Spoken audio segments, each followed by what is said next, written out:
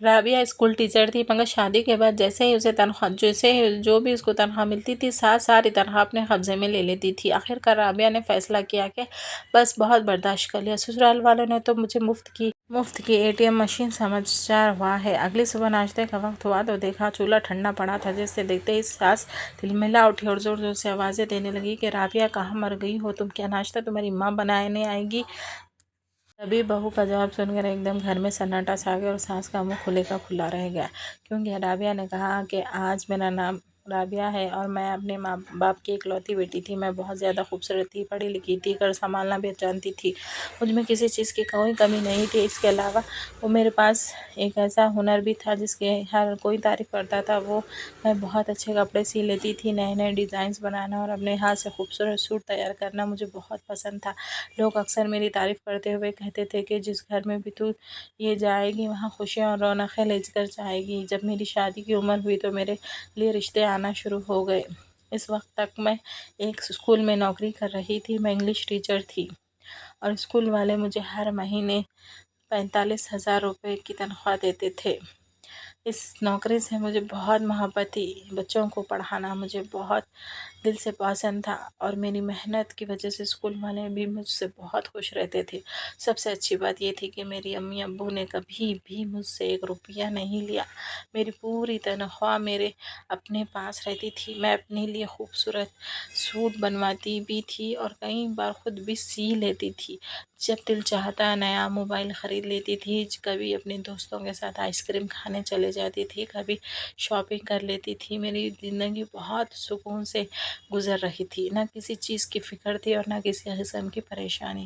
ایسا لگتا تھا جیسے میری زندگی میں ہر طرف خوشیاں ہی خوشیاں ہیں۔ لیکن میرا یہ سکون اس وقت برباد ہوا جب میری زندگی میں ایک ایسا شخص آیا جس نے مجھ سے محبت کے دعوے کرنا شروع کر دیے۔ دراصل وہ اپنی چھوٹی بہن کو ہمارے اسکول سے لینے آیا کرتا تھا۔ نہ جانے اس نے مجھے کب دیکھا اور کیسے پسند کر لیا۔ پھر کسی نہ کسی طرح سے اس نے میرا نمبر بھی حاصل کر لیا۔ شروع میں وہ صرف مجھے میسج کرتا تھا، لیکن میں اس کے کسی میسج کا جواب نہیں دیتی تھی۔ مجھے ایسے لوگوں سے بالکل بات کرنا بالکل پسند نہیں تھا۔ یہ سلسلہ 1-2 دن نہیں بلکہ پورے 3 مہینے تک چلتا رہا۔ وہ روزانہ کبھی نہ کبھی میسج ضرور کرتا، کبھی لکھتا کہ صرف ایک بار جواب دے دے، کبھی کہتا کہ مجھ سے صرف ایک دفعہ بات کر لے، کبھی لکھتا کہ میں آپ کو پریشان نہیں کروں گا۔ میں ہر بار اس کے میسج نظر انداز کر دیتی تھی۔ آخر ایک دن مجھے غصہ آ گیا۔ میں نے سوچا کہ ایک بار جواب دے کر اسے صاف صاف منع کر دیتی ہوں تاکہ یہ روز روز میسج کرنا بند کر دے۔ میں نے غصے میں اسے جواب دیا، لیکن نہ جانے کیسے وہ ایک جواب بات چیت میں بدل گیا۔ پھر آہستہ آہستہ ہماری باتیں ہونے لگی، وقت گزرتا گیا اور ہماری دوستی ہو گئی۔ ایک دن اس نے مجھ سے کہا کہ آپ مجھے بہت اچھی لگتی ہیں، کسی کو پسند کرنا کوئی گناہ تو نہیں ہے نا؟ میں آپ کے گھر رشتہ بھیجنا چاہتا ہوں۔ اس کی یہ بات سن کر میں کچھ لمحے خاموش رہی۔ پھر میں نے اسے کہا کہ اس بارے میں اپنے کوئی فیصلہ نہیں کر سکتی۔ اگر آپ واقعی سنجیدہ ہیں تو اپنے گھر والوں کو میرے گھر رشتے بھیج دیں۔ اگر میرے امی ابو کو یہ رشتہ پسند آیا تو میں آپ سے شادی کر لوں گی، کیونکہ ویسے بھی مجھے کسی نہ کسی سے تو شادی کرنی ہی ہے۔ وہ فوراً بولا کہ آپ انکار تو نہیں کریں گی نا؟ میں نے کہا کہ اگر میرے امی ابو راضی ہو تو میری طرف سے بھی انکار نہیں ہوگا۔ اس کا نام شہزاد تھا۔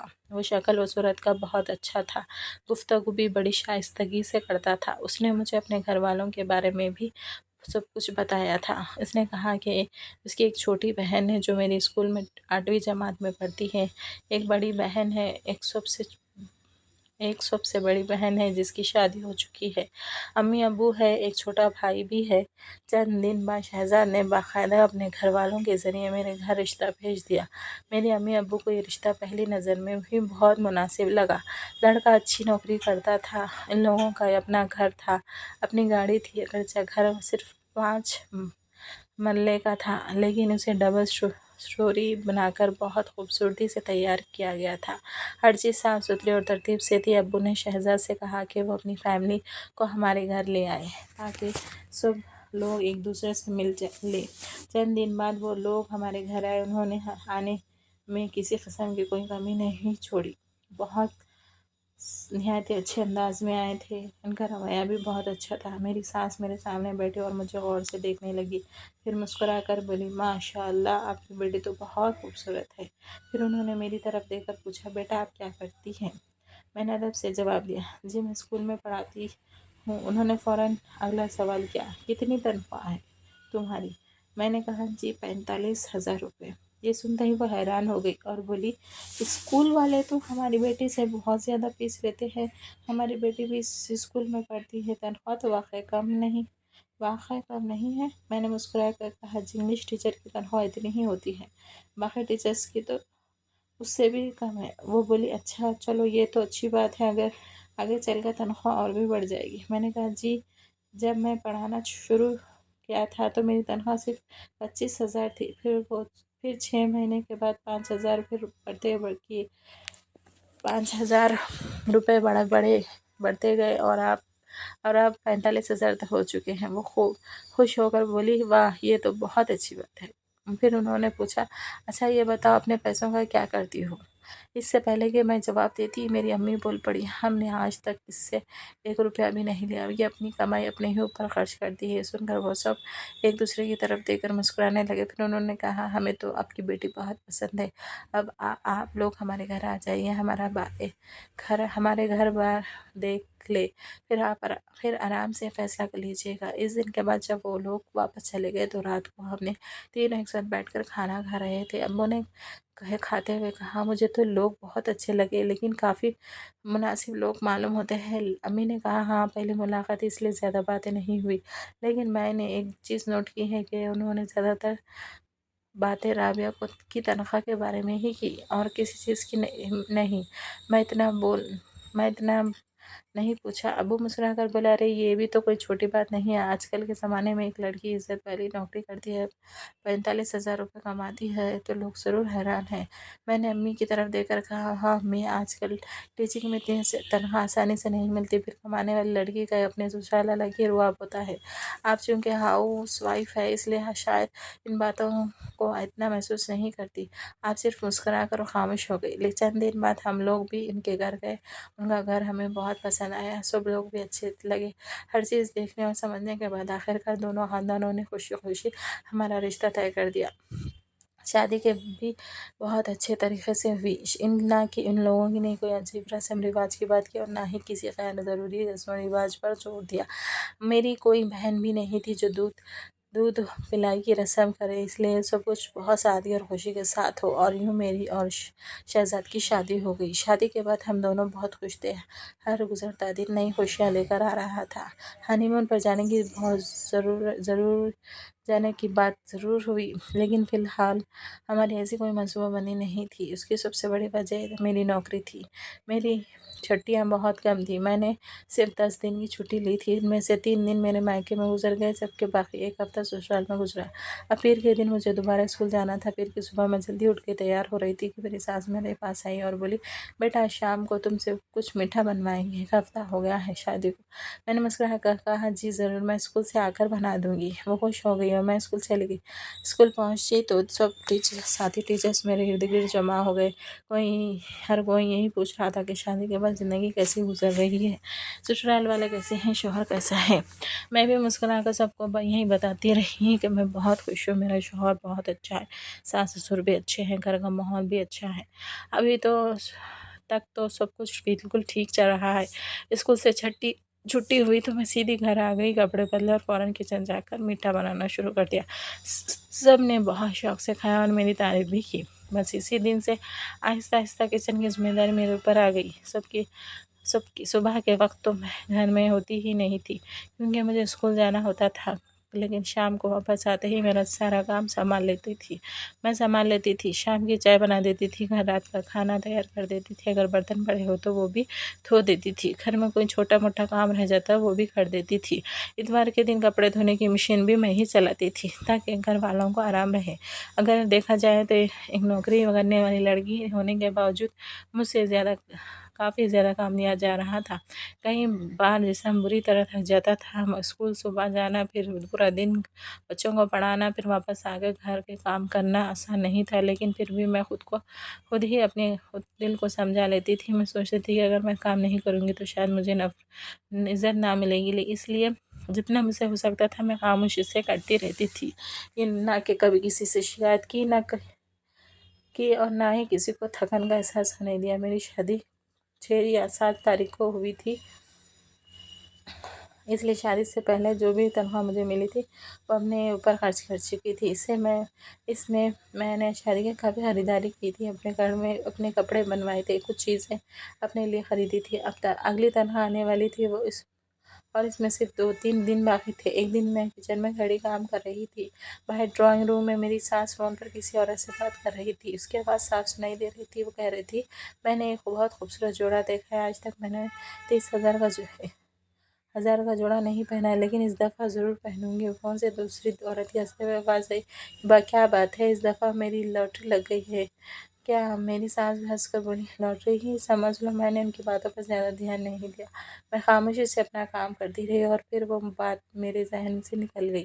آخر وہ دن بھی آ گیا جب میری تنخواہ اکاؤنٹ میں آ گئی۔ وہ دوپہر کے وقت میری ساس میرے کمرے میں اور مسکراتے ہوئے بولی، بیٹا تنخواہ آ گئی تمہاری؟ میں نے کہا، جی ہاں۔ پھر میں نے خوشی سے بتایا، اس بار 50,000 آئی ہے، کیونکہ 6 مہینے پورے ہو گئے تھے اور ہر 6 مہینے کے بعد 5,000 بڑھتے ہیں۔ وہ فوراً بولی، دیکھا، ہمارے گھر آئی ہو تو تمہاری تنخواہ بھی 50,000 ہو گئی۔ میں نے دل ہی دل میں سوچا کہ اگر میں ان کے گھر نہ بھی آئی تو تب بھی میری تنخواہ بڑھنی ہی تھی، کیونکہ یہ تو اسکول کا پہلے سے طے شدہ اصول تھا۔ لیکن میں خاموش رہی۔ پھر وہ میری طرف دیکھ کر بولی، اچھا لاؤ، مجھے اپنی تنخواہ دے دو۔ میں ایک دم حیران ہو گئی۔ میں نے کہا، کیا مطلب؟ وہ بولی، بیٹا ابھی شادی پر بہت خرچے ہوئے ہیں، تمہارا شوہر بھی کوئی اتنے زیادہ پیسے نہیں کماتا، دوسرا بیٹا بھی چھوٹا ہے بھی، یہ پورا گھر تمہارے ابو کی پینشن پہ چل رہا ہے، اس دفعہ اپنی تنخواہ مجھے دے دو، بہت خرچے ہے، اگلی بار چاہے مت دینا۔ میں کچھ لمحے خاموش رہی، پھر میں نے سوچا کہ واقعی شادی پر ان لوگوں نے کافی خرچہ کیا ہوگا۔ نئی دلہن سے اگر سسرال والے کچھ مانگ لیں گے تو وہ خوشی خوشی اپنا سب کچھ دے دیتی ہے۔ میرے پاس اس سلامی کے بعد کچھ پیسے موجود تھے، شادی کی خریداری بھی ابھی نہیں تھی، مجھے فی الحال کسی چیز کی ضرورت بھی نہیں تھی۔ میں نے بغیر کسی بحث کے اپنی پوری تنخواہ ان کے حوالے کر دی۔ میں نے کہا، ٹھیک ہے، آپ رکھ لیجئے۔ میری ساس کا چہرہ خوشی سے کھل اٹھا، وہ میرے سر پر ہاتھ پھیرنے لگی، میرے لیے دعائیں کرنے لگی، میرے صدقے خارج جانے لگی۔ اس رات انہوں نے خود ہی کھانا بنایا اور سب کے سامنے میری بہت تعریف بھی کی۔ میں نے کتنی اچھی اور سمجھدار بہو ہے میری، میں بھی ان کی باتوں سے سن کر خوش ہو رہی تھی۔ لیکن صرف 3-4 دن بعد میں نے دیکھا کہ میری ساس وہی 30,000 والا جوڑا خرید کر لے آئی جس کا ذکر وہ فون پر کر رہی تھی۔ میں کچھ لمحوں کے لیے خاموش رہ گئی۔ میرے ذہن میں ایک ہی سوال بار بار آ رہا تھا، ابھی تو کہہ رہی تھی کہ شادی پر بہت خرچے ہو گئے ہیں، گھر کے حالات تنگ ہیں، پیسوں کی ضرورت ہے، پھر اچانک 30,000 کا جوڑا کہاں سے آ گیا؟ لیکن اگلے ہی لمحے میں نے خود کو سمجھایا، میں نے دل میں کہا، یہ ان کی اپنی زندگی ہے، وہ اپنے پیسے جہاں چاہے خرچہ کرے، مجھے اس بارے میں سوچنے کی ضرورت نہیں ہے۔ یہ سوچ کر میں خاموشی سے دوبارہ اپنے کام میں لگ گئی۔ اس طرح سے اگلے مہینے بھی جب میری تنخواہ آئی تو میری ساس دوبارہ میرے پاس آ گئی۔ اس دفعہ میں نے ان کے چہرے پر وہی نرمی دیکھی اور لہجہ بھی بڑا پیار بھرا تھا۔ وہ بولی، بیٹا اس دفعہ مجھے اپنی تنخواہ دے دو، بہت ضرورت ہے، اس مہینے بجلی کا بل بہت زیادہ آ گیا ہے، اب تم لوگوں کے کمرے کا AC بھی چلتا ہے، خرچے کافی بڑھ گئے ہیں۔ میں چند لمحے خاموش کھڑی رہی، میرے دل میں آیا کہ اس بار انکار کر دوں، آخر میری بھی اپنی ضروریات ہے، لیکن پھر بھی یہی سوچا کہ اگر میں نئی بہو ہو کر انکار کروں گی تو نہ جانے وہ میرے بارے میں کیا سوچیں گے۔ مجھے یہی لگ رہا تھا کہ انکار کرنے والی بہو بہت بری لگتی ہے، لیکن اس وقت میں یہ بات نہیں سمجھ سکی کہ انکار کرنے والا شخص اتنا برا نہیں لگتا جتنا ہر مہینے دوسروں سے پیسے مانگنے والا برا لگتا ہے۔ آخر میں نے ایک بار پھر خاموشی سے اپنی پوری تنخواہ ان کے ہاتھ میں رکھ دی۔ اب میرے پاس جو بھی سلامی کے پیسے تھے وہ بھی آہستہ آہستہ ختم ہو گئے، میری اپنی جمع پونجی بھی تقریباً ختم ہو چکی تھی۔ ایک دن میں اور شہزاد بازار گئے ہوئے تھے، کافی دیر مجھے مختلف دکانوں پہ گھومتے رہے۔ ایک بڑی دکان میں میری دکان پر میری نظر ایک بہت خوبصورت سوٹ پر پڑی۔ اس کا رنگ بھی بہت پیارا تھا اور ڈیزائن بھی اچھا، ایسا تھا کہ دیکھتے ہی دل آ گیا۔ میں روزانہ نئے کپڑے پہننے والوں میں سے نہیں تھی، لیکن میں ایک ٹیچر ضرور تھی۔ مجھے ہر روز صاف ستھرے اور اچھے کپڑے پہن کر اسکول جانا پڑتا تھا۔ پھر میں نے اتنے بڑے بڑے اسکول میں انگلش پڑھاتی تھی۔ میں نے خوشی ہو کر شہزاد سے کہا، مجھے یہ ڈریس بہت پسند آیا ہے۔ وہ فوراً مسکرا کر بولا، ہاں کیوں نہیں، یہ لے لو۔ یہ سن کر میں بہت خوش ہو گئی۔ میں نے دل میں سوچا کہ شادی کے بعد یہی تو خوشی ہوتی ہے، انسان کبھی کبھی اپنے شوہر کی کمائی سے اپنی پسند کی کوئی چیز خرید لیتا ہے۔ ہم دونوں دکان کے اندر چلے گئے۔ میں نے سوٹ پسند کیا، دکان والے نے اسے اچھی طرح طے کر کے بیگ میں ڈال دیا۔ پھر ہم کاؤنٹر پر آ گئے، بل بنائے تو سوٹ کی قیمت 5,400 روپے تھی۔ کاؤنٹر والے نے کہا، جی پیسے۔ میں نے فوراً شہزاد کی طرف دیکھا، وہ آہستہ سے بولا، شہزاد پیسے دے دے۔ وہ میری طرف دیکھ کر بولا، میرے پاس نہیں ہے، مجھے لگا تم خرید رہی ہو۔ میں حیرانی سے کہا، میں خرید رہی ہوں، لیکن پیسے تو آپ کو دینے تھے نا۔ میں نے یہ بات سن کر بہت آہستہ اور آرام سے کہی تھی تاکہ اس کو کسی کو سنائی نہ دے۔ وہ بولا، میرے پاس تو صرف 3,000 روپے ہیں، اس میں سوٹ کیسے لے لو گی؟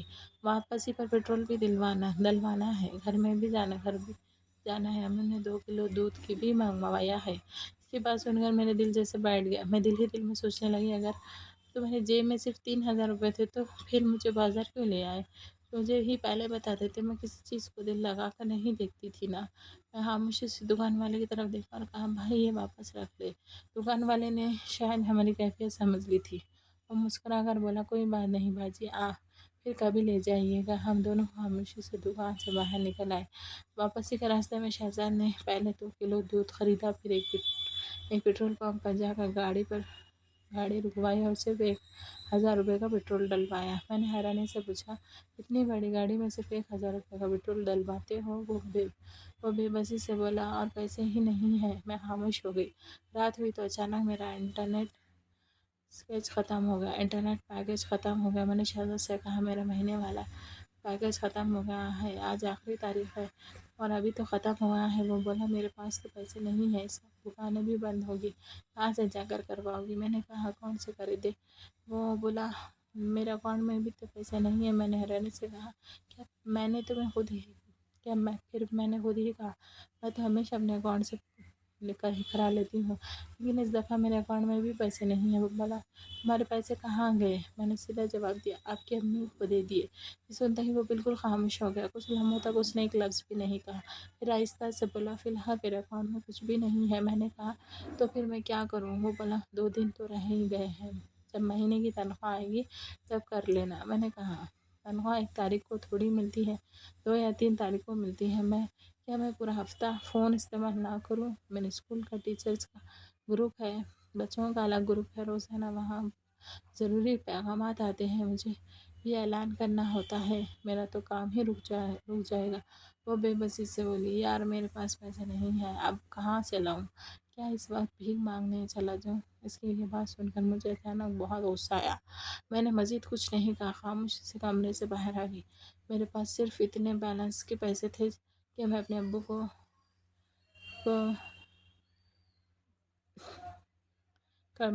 میسج کر سکوں۔ میں نے فوراً انہیں رنگ کی اور انہوں نے فوراً فون اٹھایا۔ میں نے کہا، ابو میرے مہینے کا پیکیج لگا دیں۔ انہوں نے ایک لمحہ بھی ضائع نہیں کیا، فوراً بولے، ہاں کیوں نہیں بیٹا، وہ بات ہے۔ انہوں نے دوبارہ یہ نہیں پوچھا کہ تمہارے پاس اتنے پیسے نہیں، تمہارے اپنے پیسے کہاں گئے، یہ بھی نہیں پوچھا اس وقت کیوں ضرورت پڑ گئی۔ انہوں نے وہیں بیٹھے بیٹھے میرا پیکیج کر دیا۔ میں نے ان کا شکریہ ادا کیا اور اپنا ضروری کام کر لیا۔ میں نے ان عورتوں میں سے کبھی نہیں تھی جو اپنے شوہر کی کمائی پر نظر رکھتی تھی، کیونکہ میں خود کماتی تھی۔ میں نے کبھی اس سے یہ نہیں پوچھا تھا کہ وہ کتنے پیسے کماتا ہے، لیکن اس دن کے بعد میرے دل میں تجسس پیدا ہوئی۔ میں سوچنے لگی کہ آخر شہزاد کی تنخواہ کتنی ہے، ہمیں تو بتایا ہی نہیں گیا۔ وہ ایک پرائیویٹ کمپنی میں کام کرتا تھا۔ میں اپنے حساب سے یہی سمجھتی تھی کہ اتنا پڑھا لکھا انسان اگر کسی اچھی پرائیویٹ کمپنی میں کام کرتا ہے تو کم از کم 1 لاکھ یا 1.5 لاکھ روپے کی ضرور وہ کماتا ہوگا، لیکن جب مجھے حقیقت معلوم ہوئی تو میرے قدموں تلے زمین نکل گئی۔ شہزاد کی تنخواہ صرف 30,000 روپے تھی۔ میں حیرت سے اسے دیکھنے لگی۔ میں نے کہا، آپ اتنے پڑھے لکھے ہیں پھر بھی صرف 30,000 روپے؟ وہ بولا، وہاں پوائنٹس کے حساب سے تنخواہ ملتی ہے۔ اس کی بات سن کر میرے دل میں مزید سوال پیدا ہوئے۔ میں نے اس وقت انٹرنیٹ پر اس کمپنی کے بارے میں تلاش کرنا شروع کیا۔ تب مجھے معلوم ہوا کہ اس کمپنی میں ہر ملازم کی تنخواہ اس کی کارکردگی کے مطابق پڑتی ہے، اور جو جتنا زیادہ کام کرتا ہے اسے اتنے ہی پوائنٹس حاصل ہوتے ہیں۔ اتنی ہی تنخواہ دل لیتا ہے۔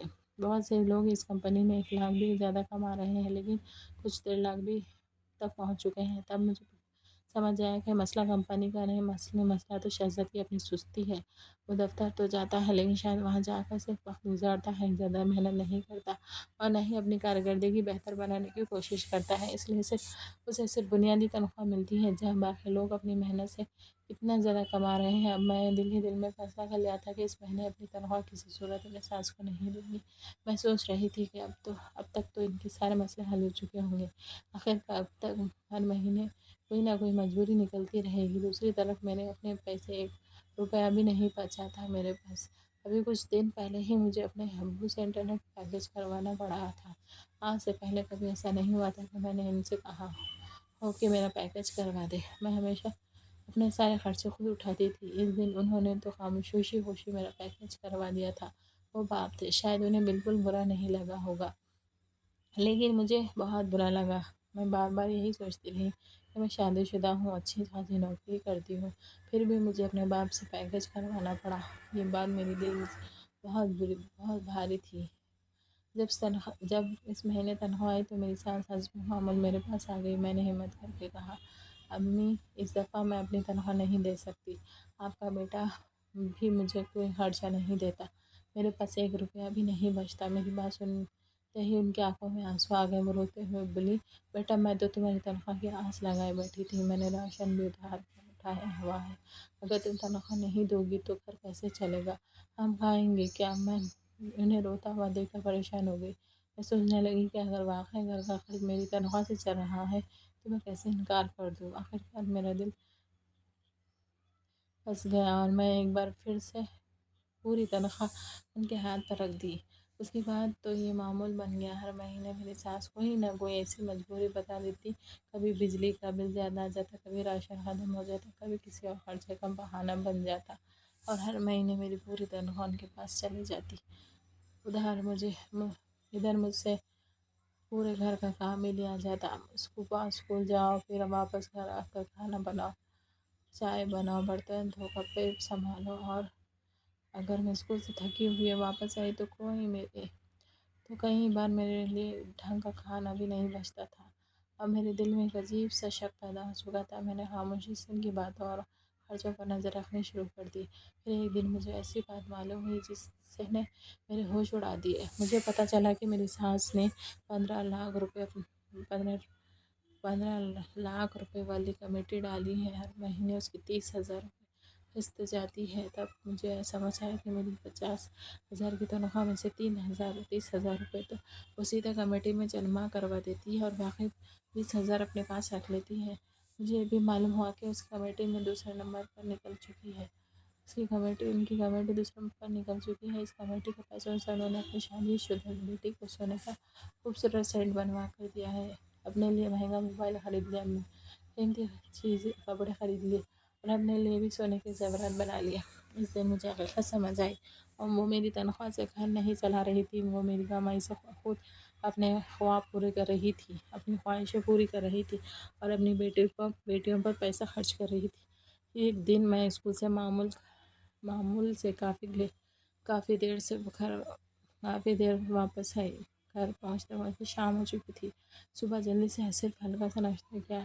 اب مجھے بہت زور کی بھوک لگ رہی تھی۔ میں نے سیدھے کچن میں گئی، میں نے برتن دیکھے، سب کچھ صاف ہو چکا تھا، صرف ایک ہانڈی میں تھوڑا سا شوربہ بچا ہوا تھا، اور ایک آدھی روٹی پلیٹ میں رکھی ہوئی تھی۔ میں چند لمحے وہیں کھڑی رہ گئی، میں سمجھ نہیں پا رہی تھی کہ اب کیا کروں۔ اسی وقت میرے ساتھ کچن میں آئی، انہوں نے کھڑا دیکھا تو بولے کیا ہوا بیٹا؟ میں نے کہا کھانا ہی نہیں بچا، مجھے بہت بھوک لگی ہوئی ہے۔ وہ بڑا آرام سے بولی، ہاں سالن بہت مزے کا بنا تھا نا، اس لیے سب نے زیادہ کھا لیا۔ میں نے پوچھا کچھ اور رکھا ہے؟ وہ بولی نہیں بیٹا، اور کچھ نہیں ہے۔ پھر ہنستے ہوئے بولی کوئی بات نہیں، تم انڈا اور بریڈ بنا لو۔ یہ کہہ کر وہ مسکراتی ہوئی کچن سے باہر چلی گئی۔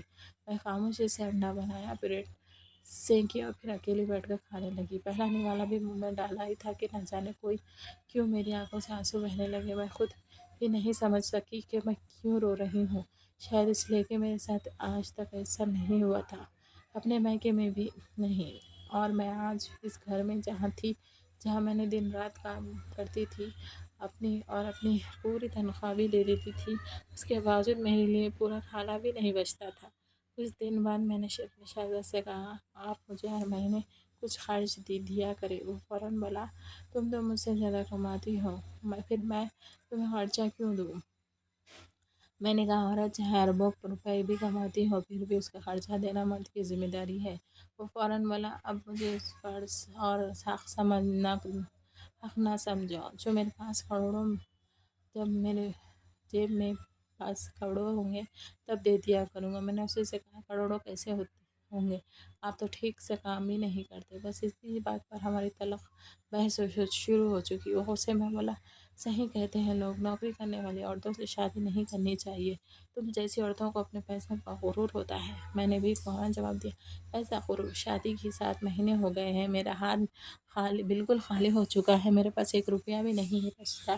اب تو حالات یہ ہو گئے ہیں کہ مجھے اپنی ایک کلیگ سے 10,000 روپے ادھار لینے پڑے۔ وہ حیران ہو کر بولا، 10,000 روپے کس لیے؟ میں نے کہا، اپنی شادی کے وقت آپ لوگوں نے میرے لیے زیادہ تر کام والے اور بھاری سوٹ بنوائے تھے، اور شادی کو بھی کافی مہینے گزر چکے ہیں، میں وہی بھاری سوٹ اسکول پہن کر نہیں جا سکتی، اس لیے میں نے 2 سادہ جوڑے بنوا لیے ہیں۔ اس نے میری بات سن کر کوئی خاص ردعمل نہیں دیا۔ اس سے اس بات کا ذرہ بھی احساس نہیں ہوا کہ اس کی بیوی خرچ لے کر کپڑے بنوا رہی ہے۔ میرے موبائل کے پیسے چارج بھی میرے گھر والے کروا رہے تھے، میرے پاس اپنی ضرورت کے لیے 1 روپیہ بھی نہیں تھا۔ اسکول میں جب بریک ہوتی تو باقی ٹیچرز کبھی برگر منگواتی، کبھی سموسے، کبھی کولڈ ڈرنک، کبھی کوئی اور چیز۔ وہ سب مجھے بھی آواز دیتے، لیکن میں ہر بار مسکرا کر یہی کہتی تھی، نہیں، میں نے نہیں کھانا، شادی میں بہت کھا لیا تھا، اب میں تھوڑی ڈائٹنگ کر رہی ہوں۔ حالانکہ حقیقت صرف یہ تھی کہ میرے پاس کچھ خریدنے کے لیے پیسے ہی نہیں ہوتے تھے۔ میں خاموشی سے سب کے ساتھ بیٹھتی، صرف پانی پیتی رہتی۔ یہاں اسکول ٹیچرز کی طرف چائے مفت ملتی تھی، اس لیے 1 کپ چائے پی لیتی تھی۔ میں نے کبھی خواب میں بھی نہیں سوچا تھا کہ میری زندگی میں ایسا بھی وقت آئے گا۔ آخر ہر انسان کی کچھ نہ کچھ ضروریات ہوتی ہے، عورتوں کی اپنی ذاتی ضرورتیں بھی ہوتی ہیں، لیکن میرے پاس تو اتنا خریدنے کے لیے بھی پیسے نہیں ہیں۔ جب کہ میں نے شہزاد سے کچھ پیسے مانگتی تو وہ ہمیشہ ایک ہی جواب دیتا، میرے پاس پیسے نہیں ہیں، جب ہوں گے تب دے دوں گا۔ جتنا میں ان لوگوں کے لیے کرتی تھی جا رہی تھی، اب اتنا ہی لوگ میرے سر پر چڑھتے جا رہے تھے۔ نہ میرے کام کی کوئی قدر تھی اور نہ میری قربانیوں کی کوئی اہمیت۔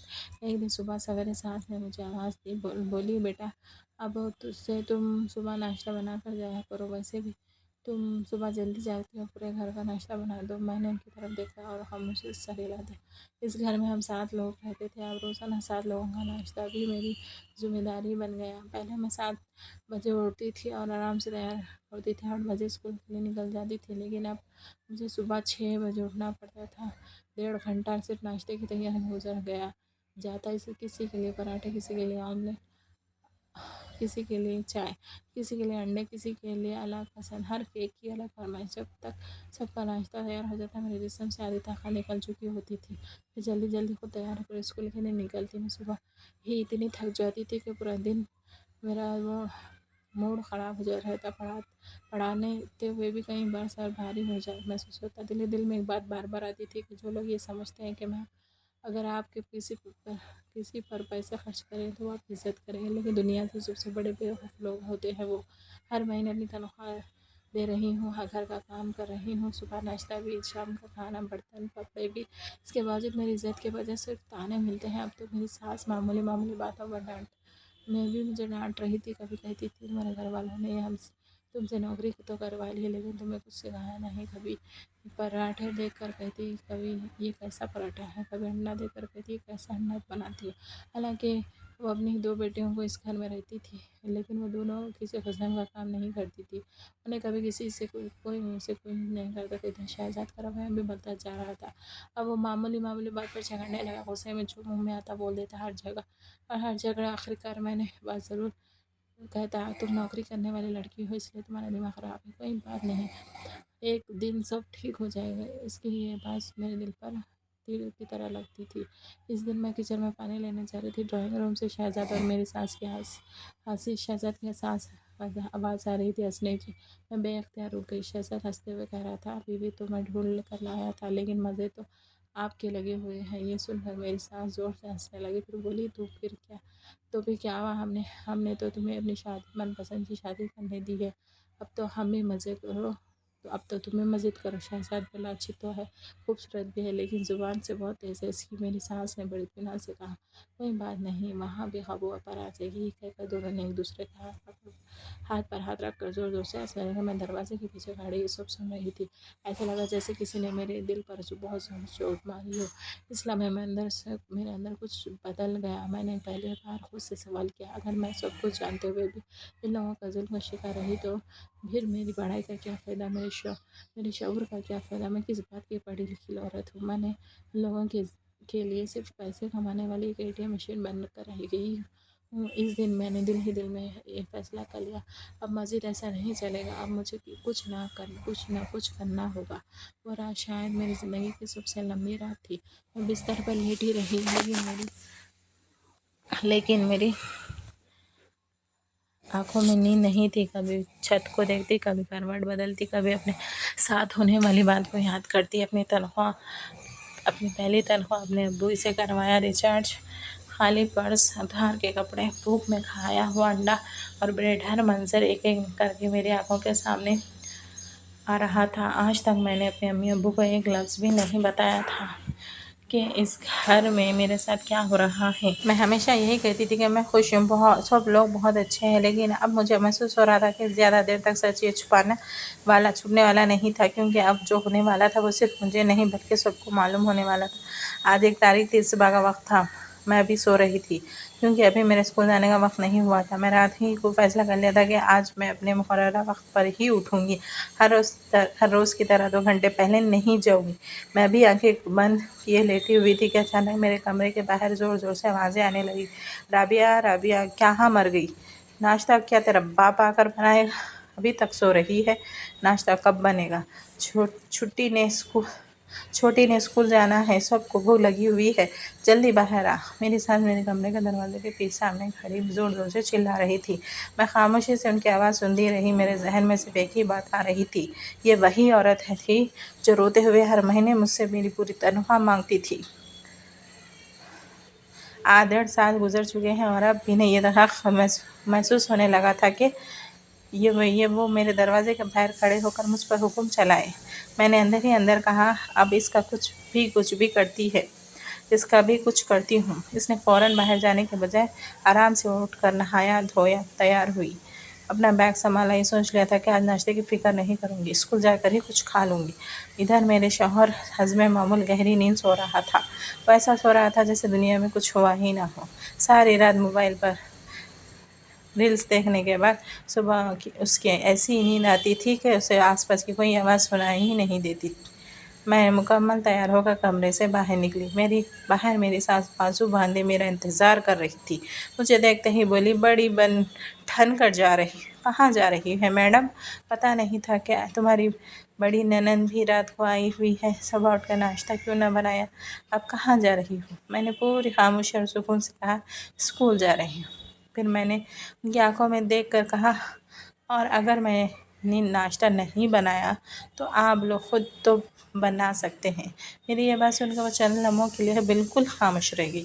شاید انہیں یقین ہی نہیں آ رہا تھا کہ میں نے پہلی بار ان کی بات کا جواب دیا ہے۔ میں نے مزید کہا، کیا آپ لوگوں کو ناشتہ بنانا بھول گیا ہے؟ ناشتہ بنانا نہیں آتا؟ آپ راستہ دیجیے، مجھے دیر ہو رہی ہے۔ یہ کہہ کر میں سیدھی باہر نکل آئی. باہر وہیں رکشہ پہلے سے کھڑا تھا جس میں بیٹھ کر میں اسکول روز جاتی تھی. اس رکشے کے پیسے بھی آج تک میرے بابا ہی دیتے تھے. میں خاموشی سے رکشے میں بیٹھی اور اسکول روانہ ہو گئی. پورا دن اسکول میں میرا دل ہلکا ہلکا مطمئن تھا. مجھے معلوم تھا کہ آج میں نے اپنی زندگی کا پہلا قدم اٹھا لیا ہے. چھٹی کے بعد جب میں گھر واپس آئی تو میں سمجھ رہی تھی کہ شاید میری ساس مجھے بہت کچھ سنائے گی، لیکن وہ بالکل خاموش ہو گئی. مجھے فوراً سمجھ آ گیا کہ وہ خاموش کیوں ہیں. انہیں معلوم تھا کہ آج تنخواہ ملنی ہے، اس لیے وہ انتظار کر رہی تھی. میں نے اپنے کپڑے بدلے ہی تھے کہ وہ مسکراتی ہوئی میرے پاس آ گئی. بڑے نرم لہجے میں بولی، کیا ہوا تھا بیٹا؟ صبح تم بہت غصے میں تھی. چلو کوئی بات نہیں، کبھی کبھی ہو جاتا ہے. پھر وہ فوراً بولی، اس دفعہ بجلی کا بل پورے 27,000 روپے آیا ہے. اب یہاں سے اندازہ لگا لو، آدھے سے زیادہ پیسے تو اسی میں چلے جائیں گے، پیچھے بچے گا کیا ہے؟ چلو اب مجھے پیسے دے دو. میں نے ان کی طرف دیکھا. میرے چہرے پر مکمل سکون تھا. میں نے نہ آواز اونچی کی اور نہ ہی بدتمیزی کی. میں نے صرف اتنا کہا، میں آپ کو پیسے نہیں دوں گی. وہ حیرت سے میری طرف دیکھنے لگی، ایسے جیسے انہیں اپنے کانوں پہ یقین نہیں آ رہا تھا. انہوں نے کہا، میرے کیوں ملے نہیں کیا؟ میں نے کہا، جی مل گئے ہیں. پھر میں نے آہستہ سے کہا، اور آپ کو یاد ہوگا کہ مجھے اس گھر میں آئے ہوئے پورے 1.5 سال ہو چکے ہیں. آج مجھے 65,000 روپے تنخواہ ملی ہے. اس بار 5,000 روپے مزید بڑھ گئے. یہ سنتے ہی ان کی آنکھوں میں خوشی کی چمک آ گئی. لیکن اگلے لمحے میں نے کہا، لیکن میں نے آپ کو 1 روپیہ بھی نہیں دوں گی. وہ حیرت سے مجھے دیکھنے لگی. میں نے نہایت اطمینان سے کہا، وہ کیا ہے نا، یہ میرے پیسے ہیں اور مجھے ان کی آپ سے زیادہ ضرورت ہے. آپ کا بیٹا بھی کماتا ہے، آپ کے شوہر بھی کی پینشن بھی آتی ہے. آپ کے پاس کمانے کے 3 لوگ ہیں، میرے پاس تو ایک بھی نہیں. میرا اپنا شوہر بھی میرے خرچے نہیں اٹھاتا، اس لیے اب مجھے اپنے خرچے خود ہی دیکھنے ہیں، اور آج مجھے شاپنگ پر بھی جانا ہے. وہ فوراً بولی، لیکن بیٹا اگر بجلی کا بل نہ دیا تو میٹر کٹ جائے گا. میں نے بالکل پرسکون لہجے میں جواب دیا، کوئی بات نہیں، اگر کٹ جائے گی تو کٹ جائے، میں اس کے بارے میں کیا کہہ سکتی ہوں. میری بات سن کر وہ خاموش ہو گئی. شاید انہوں نے دل میں سوچ لیا تھا کہ اب شہزاد اٹھے گا تو اسے اس کی میرے خلاف ضرور بھڑکائے گی، اور بالکل ایسا ہی ہوا. میں اسکول سے چھٹی کے بعد سیدھا بازار چلی گئی. 1.5 سال بعد پہلی بار میں نے اپنے لیے اپنی پسند کے کپڑے خریدے، پھر ایک اچھے سے ریسٹورانٹ میں جا کر سکون سے کھانا کھایا. اس کے بعد میں نے اپنی پوری تنخواہ اپنے بینک اکاؤنٹ میں جمع کروا دی، کیونکہ اب مجھے ان لوگوں پر بالکل بھی اعتماد نہیں رہا تھا. مجھے معلوم تھا کہ اگر پیسے میرے پاس رہے تو یہ لوگ کسی نہ کسی طریقے سے مجھ سے لے لیں گے. شام کو جب میں گھر واپس آئی تو شہزاد بھی دفتر سے آ چکا تھا. وہ پہلے باہر اپنی امی سے بات کر چکا تھا، پھر غصے سے دروازہ کھول کر کمرے میں داخل ہوا. میں اس وقت آرام سے بیٹھی چائے پی رہی تھی. مجھے پہلے ہی معلوم تھا کہ وہ اب کیا کہنے والا ہے. وہ کمرے میں آیا تو اس کے چہرے پر غصہ تھا، لیکن وہ اپنی آواز کو نرم رکھنے کی کوشش کر رہا تھا. وہ سامنے آ کر بڑے آرام سے بولا، رابعہ، امی کو تنخواہ دے دو، بڑی پریشان بیٹھی ہے، انہیں کمیٹی بھی دینی ہے، بجلی کا بل بھی آ گیا، اس دفعہ دے دو، اگلے مہینے مت دینا. میں اس کی بات سن کر ہلکا سا مسکرائی. مجھے اچھی طرح یاد تھا کہ پچھلے 1.5 سال سے ہر مہینہ یہی جملہ سنا جا رہا تھا، صرف اسی دفعہ دے دو، اگلے مہینے مت دینا. اور یہی کہتے کہتے 1.5 سال گزر گیا تھا. میں نے سکون سے کہا، میرے پاس تنخواہ نہیں ہے، میں نے سارے پیسے بینک میں جمع کروا دیے ہیں. آپ کو بتایا تھا نا کہ میں نے قرض لیا ہوا تھا، وہ قرض بھی اتارنا ہے. قرض اتارنے کے بعد شاید 2 یا 3,000 روپے ہی بچیں گے. ان 2-3 ہزار سے امی کیا ہی کریں گے. آپ ایک کام کیجیے، اس دفعہ آپ بجلی کا بل دے دیں، کمیٹی بھی جمع کروا دیں، پھر اگلے مہینے میں دے دوں گی. میں نے جان بوجھ کر انہی کی پرانی بات انہی کو واپس سنا دی. اس نے فوراً کہا، تو بینک سے نکلوا لو نا، پیسے ضرورت ہے. میں نے اس کی آنکھوں میں دیکھ کر کہا، آج 1 تاریخ ہے، آپ کی بھی تنخواہ تو آئی ہوگی. وہ کہاں ہے؟ اور ابو کی پینشن بھی تو آج ہی آئی ہوگی. آپ کے ابو تو ویپٹا میں تھے، اچھی خاصی پینشن آتی تھی. میری بات ختم بھی نہیں ہوئی تھی کہ اس کا چہرہ سرخ ہو گیا. وہ غصے سے بولا، ہمارے پیسے پر نظر مت رکھو، تمہیں جو کہا ہے وہ کرو. میں نے بھی کہا، اسی سکون سے جواب دیا، میرے بھی پیسوں پر آپ نظر نہ رکھ سکتے. وہ ایک قدم آگے بڑھا اور بولا، اچھا اب میرے ساتھ زبان چلاؤ گی؟ میں نے پوری مضبوطی سے کہا، ہاں چلاؤں گی. اتنے میں میری ساس جو باہر کھڑی تھی باتیں سن رہی تھی، غصے سے کمرے میں داخل ہو گئی. وہ چیختے ہوئے بولی، کس نے اس کے کان بھر دیا ہے؟ یہ اب پیسے نہیں دے گی، اگر ایسا ہے تو اسے اس گھر میں نہیں رہنے دیں گے، نکل جاؤ میرے گھر سے۔ میں نے ایک ہی لمحے بھی ضائع نہیں کیا، میں نے فوراً کہا ٹھیک ہے ابھی نکل جاتی ہوں، بسم اللہ۔ میرا جواب سن کر وہ دونوں حیران رہ گئے۔ شاید انہیں یقین تھا کہ میں ڈر جاؤں گی، روں گی، معافیا مانگوں گی، لیکن میں نے ایسا کچھ نہیں کیا۔ میری سانس جلدی سے بولی، اگر اس دہلیز سے باہر قدم رکھا نا تو میرا بیٹا تجھے طلاق دے دے گا۔ میں نے ان کی طرف دیکھ کر کہا دے دے، میں انتظار کروں گی۔ میں کمرے میں گئی، اپنا سامان بیگ میں رکھا اور وہ تمام زیورات بھی ساتھ رکھ لیے جو میرے امی ابو نے مجھے دیے تھے۔ میں نے وہیں کھڑے کھڑے گاڑی بک کی، پھر اپنے ابو کو فون کیا۔ میں نے صرف اتنا کہا ابو میں گھر آ رہی ہوں۔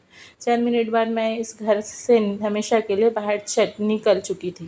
پورے راستے میری آنکھوں میں آنسو تھے، لیکن دل کے اندر ایک عجیب سا سکون بھی تھا۔ مجھے لگ رہا تھا جیسے آج میں نے خود کو آزاد کر لیا۔ گھر پہنچی تو امی اور ابو دونوں پریشان ہو گئے۔ انہوں نے مجھے گلے لگایا، پھر میں نے شروع سے آخر تک ایک ایک بات انہیں بتا دی۔ ہر مہینے کی تنخواہ، بھوک، ذلت، طعنے، خرچ، سب کچھ۔ ابو خاموشی سے سنتے رہے، پھر انہوں نے میرے سر پر ہاتھ رکھا اور بولے بیٹا تمہیں بہت پہلے آ جانا چاہیے تھا۔ میں نے آہستہ سے کہا نہیں، میں یہی سوچتی رہی کہ شاید یہ لوگ ایک دن ٹھیک ہو جائیں گے، لیکن وہ کبھی نہیں بدلے۔ اس شام میری ساس کا فون آ گیا۔ انہوں نے بڑی اکڑ سے کہا آپ کی بیٹی خود گئی ہے، ہم نے تو اسے کچھ نہیں کہا، اسے کہیں ہم سے معافی مانگے، غلطی اسی کی ہے۔ میرے ابو نے فوراً جواب دیا میری بیٹی کسی سے معافی نہیں مانگے گی، اگر کسی کو معافی مانگنے کی ضرورت ہے تو وہ آپ لوگ ہیں جو پچھلے 1.5 سال سے اس کے خون کی پسینے کی کمائی پر پلتے رہے، آج مجھ سے الٹی سیدھی باتیں کر رہے ہیں۔ اور سن لیجئے، میرے گھر آنے کی بھی ضرورت نہیں ہے۔ آپ کا بیٹا طلاق دینا چاہتا ہے نا، اسے کہیے آ جائے، میدان میں آ جائے۔ جب محبت اور عشق کا بھوت اس کے سر پہ سے سوار تھا تو اس نے اپنی مرضی سے اسی ₹1,00,000 حق مہر لکھوایا تھا۔ آپ لوگوں کو شاید اس بات کا علم بھی نہیں ہے، اور جن لوگوں کے گھر کے خرچے بہو کی تنخواہ سے چلتے ہیں ان کے پاس شاید اس وقت ₹80,000 بھی نہ ہوں۔ 80,00,000 کہاں سے دیں گے؟ اگر کوئی بات ہوگی تو عدالت میں ہوگی۔ ابو کی یہ بات سن کر دوسری طرف چند لمحوں کے لیے مکمل خاموشی چھا گئی۔ فون بند ہو گیا۔ مجھے بعد میں معلوم ہوا کہ اس فون کے بعد ان کے گھر میں بہت بڑا جھگڑا ہوا۔ میری ساس کو پہلی بار پتہ چلا کہ میرا حق مہر ₹80,00,000 لکھا ہوا ہے۔ یہ سب شہزاد نے محبت کے جذبات میں خود لکھوایا تھا۔ اگر وہ مجھے طلاق دیتا تو اسے بہت بڑی رقم ادا کرنی پڑتی۔ میں اپنے امی ابو کے گھر 6 مہینے رہی۔ ان 6 مہینوں میں کسی نے مجھے واپس آنے کے لیے مجبور نہیں کیا۔ ایک دن اچانک دوپہر کے وقت دروازے پر دستک ہوئی۔ دروازہ کھولا تو سامنے شہزاد کھڑا تھا۔ اس کا چہرہ اترا ہوا تھا، آنکھوں میں وہی پرانی والی اکڑ نہیں تھی۔ وہ آہستہ سے بولا میں کسی کو بتا کر نہیں آیا ہوں، میں اپنی بیوی کے بغیر نہیں رہ سکتا، برائے کرم رابعہ کو میرے ساتھ بھیج دے۔ میرے ابو نے اسے بیٹھنے کے لیے کہا، پھر بڑے سکون سے بولے ایسا آسانی سے نہیں ہوگا۔ اگر تم واقعی اسے اپنے ساتھ رکھنا چاہتے ہو تو پہلے ہر بات لکھ کر دو۔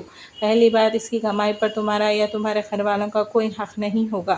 دوسری بات، یہ تمہارے والدین کے ساتھ نہیں رہے گی۔ اگر تم اسے الگ رکھ سکتے ہو تو ہم بھیج دیں گے۔ گھر کا آدھا خرچہ تم دو گے، آدھا یہ دے گی، باقی اس کی کمائی اس کی اپنی ہوگی۔ اور ایک بات، اور تم ہر مہینے سے خرچہ بھی دو گے۔ شہزاد کچھ دیر خاموش بیٹھا رہا، پھر بولا میں تیار ہوں۔ شاید ان 6 مہینوں میں اسے بھی احساس ہو گیا تھا کہ اگر وہ اپنی بیوی کے ساتھ الگ گھر میں سکون سے رہے اور دونوں مل کر زندگی گزارے تو یہی اس کے لیے بہتر ہے۔ آخرکار اس نے ایک کاغذ پر تمام شرائط لکھ کر دستخط کر دیے۔ اس نے یہ بھی لکھا کہ وہ مجھے ہر مہینے ₹10,000 خرچہ دے گا۔ حالانکہ مجھے اس کے پیسوں کی ضرورت نہیں تھی، لیکن میرے ابو نے کہا یہ خرچہ ضرور دے گا تاکہ اپنی ذمہ داری کا احساس رہے، اسے اپنی ذمہ داریوں کا احساس رہے۔ اس کے بعد ایک فلیٹ کرائے پر لیا گیا۔ کرایہ آدھا وہ دیتا تھا، آدھا میں دیتی تھی۔ میرا سارا سامان اس کے والدین کے گھر سے اٹھا کر نئے فلیٹ میں منتقل کر دیا گیا۔ میں بھی وہاں جا کر رہنے لگی۔ آج اللہ کے فضل سے ہماری زندگی پہلے سے بہتر ہے۔ ہم دونوں مل کر گھر چلاتے ہیں، ایک دوسرے کی عزت کرتے ہیں۔ شہزاد اپنے امی ابو سے ملنے جاتا ہے، لیکن میں ان کے لوگوں سے نہیں ملتی، اور نہ ہی وہ میرے سامنے ان کی کوئی بات کرتا ہے۔ اسی وجہ سے ہمارے گھر کا سکون قائم ہے۔ آج میں اطمینان سے کہہ سکتی ہوں کہ عزت تب ملتی ہے جب انسان اپنی عزت کرنا سیکھ لے۔ جس دن میں نے اپنے لیے کھڑا ہونا سیکھا، اسی دن میری زندگی بدل گئی۔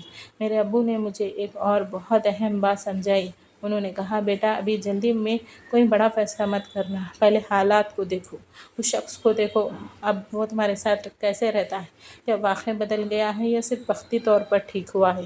جب تمہارا پورا یقین ہو جائے گا تو کہ اب تمہاری عزت کرتا ہے اور تمہیں سمجھتا ہے، تب اپنی زندگی کا کوئی بڑا فیصلہ کرنا، خاص طور پر خاندان بڑھانے کے بارے میں۔ میں نے بھی ابو کی یہ بات مان لی۔ میں نے سوچا کہ پہلے ہمارا رشتہ مضبوط ہو جائے، پھر اعتماد واپس آ جائے، اس کے بعد ہی آگے کی زندگی کے بارے میں سوچیں گے۔ اب ہمیں الگ رہتے ہوئے 6 مہینے ہو چکے تھے۔ الحمدللہ اس دوران سب کچھ بالکل ٹھیک چل رہا ہے۔ شہزاد اب میرے ساتھ پہلے سے اچھا رویہ رکھتے ہیں، بہت اچھا رویہ رکھتے ہیں۔ اس نے ایک دن خود میرے سامنے بیٹھ کر یہ بات بھی تسلیم کی کہ وہ اپنی امی کی باتوں میں آ کر میرا خیال نہیں رکھتا تھا۔ اس نے مجھ سے معافی بھی مانگی اور وعدہ بھی کیا کہ اب وہ کبھی کسی کی بات سن کر میرے ساتھ ناانصافی نہیں کرے گا۔ اب وہ ہر مہینے مجھے خرچے کے لیے 10,000 روپے بھی دیتا ہے۔ اللہ نے مجھے اتنا دیا ہے کہ میں اپنی نوکری سے 87,000 روپے کما لیتی ہوں۔ مجھے ان 10,000 روپے کی ضرورت نہیں ہوتی، لیکن پھر بھی جب وہ اپنے ہاتھ سے وہ پیسے مجھے دیتا ہے تو میرے دل کو بہت خوشی ہوتی ہے، کیونکہ وہ صرف میرے پیسے نہیں ہوتے، وہ اس کی ذمہ داری کا احساس ہوتا ہے۔ وہ اس بات کی علامت ہوتی ہے کہ اب وہ مجھے اپنی ذمہ داری سمجھتا ہے۔ میں وہ پیسے ہمیشہ اپنے اوپر ہی خرچ کرتی ہوں۔ کبھی اپنی پسند کا کوئی سوٹ خرید لیتی ہوں، کبھی کوئی چھوٹی سی چیزیں لے لیتی ہوں، اور ہر بار میرے دل میں ایک عجیب سا سکون پیدا ہوتا ہے۔ اللہ کا شکر ہے کہ فی الحال ہماری زندگی سکون سے گزر رہی ہے۔ آخر میں تو صرف اتنا ہی کہنا چاہتی ہوں کہ ماں باپ کو اپنی بیٹیوں کا حق مہر ہمیشہ مناسب اور مضبوط رکھنا چاہیے، اور شادی کے بعد بھی اپنی اولاد کے پیچھے مضبوطی سے کھڑا رہنا چاہیے، کیونکہ بعض اوقات ایک مضبوط سہارا ہی انسان کو ظلم سے نکال دیتا ہے۔ اور ایک بات میں اپنی زندگی سے سیکھ چکی ہوں، صرف ظلم کرنے والا ہی غلطی پر نہیں ہوتا، کئی بار ظلم سہنے والا بھی غلطی کرتا ہے، کیونکہ جب انسان خاموش رہ کر ہر زیادتی برداشت کرتا رہتا ہے تو سامنے والے کی ہمت بڑھتی جاتی ہے۔ اپنے حق کے لیے عزت کے ساتھ آواز اٹھانا کبھی غلط نہیں ہوتا۔ ناظرین، آپ کو آج کی ہماری یہ کہانی کیسی لگی؟ کمنٹ باکس میں آج اپنی قیمتی رائے ضرور اظہار کیجیے گا۔ ویڈیو پسند آ گئی تو ویڈیو کو لائک اور شیئر کیجیے گا دوسروں کے ساتھ، اور مزید اس طرح کی سبق آموز کہانیاں اور واقعہ سننے کے لیے ہمارے چینل کو سبسکرائب کر دیجیے گا۔ شکریہ۔ اللہ حافظ۔ ملتے ہیں نیکسٹ ویڈیو میں، تب تک کے لیے اپنا بہت سارا خیال رکھیے گا۔